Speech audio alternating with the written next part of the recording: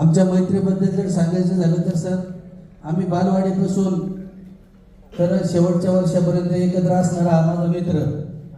मी सहकार क्षेत्रात काम करतो. या संस्थांमध्ये अनेक अनुभव आले, कुठं कोणी फ्रॉड केले, कोणी काय, पण सगळ्या गोष्टीला सावरून नेऊन आजपर्यंत माझ्या पाठीमागे राहणारा हा माझा मित्र संजय ठिकाणी आहे. परंतु माझ्या मित्रासाठी म्हणजे भाऊ कमी असा हा मित्र असा संजय विश्वासराव. मी याच्यासाठी एक लाईन म्हणतो, दुःख आडवा